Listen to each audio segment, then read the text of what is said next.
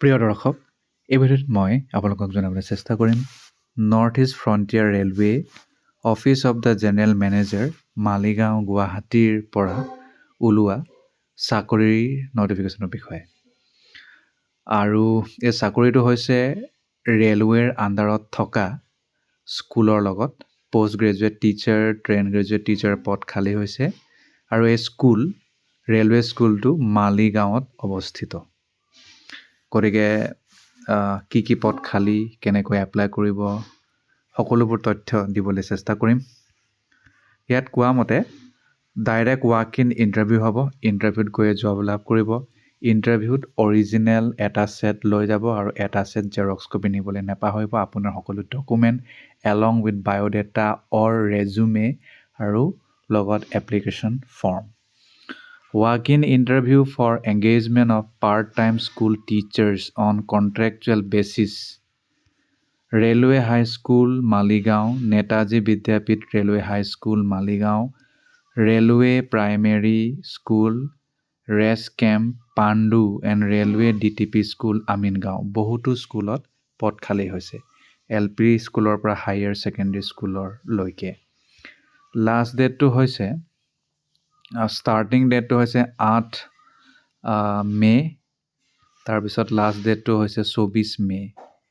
সময় আছে, আপোনালোকে এপ্লাই কৰিব পাৰিব। প্ৰথমটো আহিল post graduate teacher. Post graduate teacher political ছায়েন্সৰ এটা পদ খালী, সেয়া হৈছে আনৰিজাৰ্ভ। ইয়াৰ কাৰণে মাষ্টাৰ ডিগ্ৰী থাকিব লাগিব পলিটিকেল ছায়েন্সত। তাৰপিছত আহিল post graduate teacher physical education. ST কাৰণে পদ খালী এটা। ইয়াৰ কাৰণে মাষ্টাৰ ডিগ্ৰী ফিজিকেল এডুকেশ্যনত লগত BEd থকাটো বাধ্যতামূলক। BEd নহ'লে নহ'বই। তাৰপিছত আহিল PGT বায়'লজি। বায়'লজিত PGT মানে মাষ্টাৰ ডিগ্ৰীত থকা OBC কাৰণে পদ খালী। PGT জিঅ'গ্ৰাফিত মাষ্টাৰ ডিগ্ৰীত থকা SC কাৰণে খালী। PGT হিষ্ট্ৰী দুটা পদ খালী, এটা মালিগাঁৱৰ লগত থকা স্কুল আৰু এটা বেলেগ এটা জেগাৰ স্কুল আৰু। টোটেল দুটা, OBC এটা, আনৰিজাৰ্ভ এটা। পষ্ট গ্ৰেজুৱেট টিচাৰ কমাৰ্চ আৰু একাউণ্টেঞ্চি এটাই পদ খালী, কমাৰ্চ নহ'লে একাউণ্টেঞ্চি হ'লেই হ'ব। আনৰিজাৰ্ভ এটা পদ খালী, মাষ্টাৰ ডিগ্ৰী ইন কমাৰ্চ নহ'লে একাউণ্টেঞ্চি। তাৰ বাহিৰে আহিল পষ্ট গ্ৰেজুৱেট টিচাৰ কমাৰ্চ নহ'লে বিজনেছ ষ্টাডিজ। যদি মাষ্টাৰ ডিগ্ৰী বিজনেছ ষ্টাডিজত কৰিছে নহ'লে কমাৰ্চত কৰিলে তেতিয়াও চলি যাব। আনৰিজাৰ্ভ এটা পদ খালী। PGT হিন্দী মাষ্টাৰ ডিগ্ৰীত থাকিলেই হ'ল, হিন্দীত এটা পদ খালী। OBC টোটেল আপোনাৰ 9টা পদ খালী হৈছে PGTৰ। আৰু ডকুমেণ্ট স্ক্ৰুটনি কৰিব 1 জুন তাৰিখে 1:10 বজাৰ পৰা TGTৰ। আৰু 2 জুনত 2:10 বজাৰ পৰা PGT কৰিব। আৰু 2:30 PM লৈকে PM পৰা হ'ব PRT। জেগাটো হ'ব staff canteen, north eastern frontier railway, headquarters Maligaon, gate number 2। Interview date হৈছে সেয়া। এতিয়া আহোঁ trained graduate teacher. Trained graduate টিচাৰৰ কাৰণে বেচলাৰ ডিগ্ৰী সেই নিৰ্দিষ্ট বিষয়ত থাকিব লাগিব। যেনে ট্ৰেইন গ্ৰেজুৱেট টিচাৰ অসমীয়া 3টা পদ খালী। BA ইন আছামিজ লগত BEd থকাটো মেণ্ডেটৰী। আৰু এটা পদ মানে ইয়াত পদসমূহ ভাগ কৰা আছে, সকলো কাৰণে বেলেগ বেলেগ পদ খালী। যেনে ইয়াত কোৱা মতে OBC UR আৰু EWSৰ কাৰণে পদ খালী হৈছে। ঠিক তেনেকৈ TGT হিন্দী 4টা টোটেল পদ খালী। প্ৰত্যেক স্কুলৰ কাৰণে বেলেগ বেলেগ। BA ইন হিন্দীত থাকিব লাগে আৰু BEd লাগে। তাৰপিছত আহিল TGT PTI। PTIত 2টা পদ খালী। তাৰপিছত আহিল TGT PCB। TGT PCB বুলি ক'লে সাধাৰণতে ফিজিক্স, কেমেষ্ট্ৰি বা বায়'লজি এনেকুৱা ধৰণৰ হয়। আৰু এটা পদ খালী।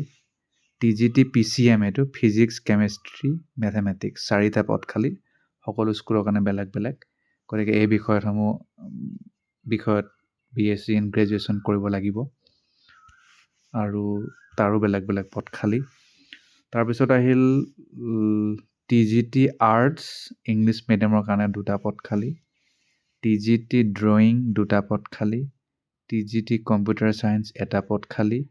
তাৰপিছত আহিল primary teacher.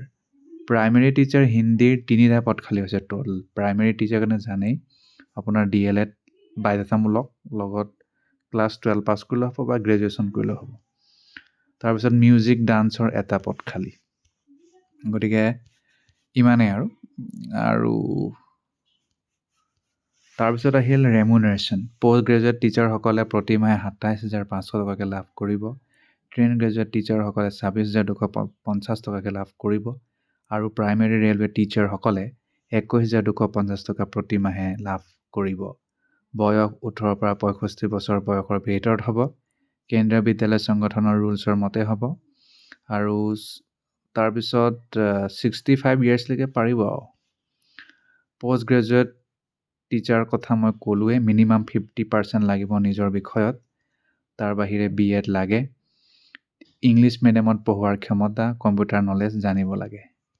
Trained graduate teacher 50% minimum আৰু 45 থাকিলেও হ'ব BEdত, তেনেকুৱা কৈছে।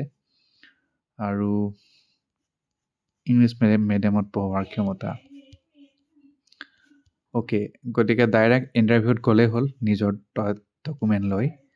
কি বস্তু লাগিব এপ্লিকেশ্যন ফৰ্মৰ লগত?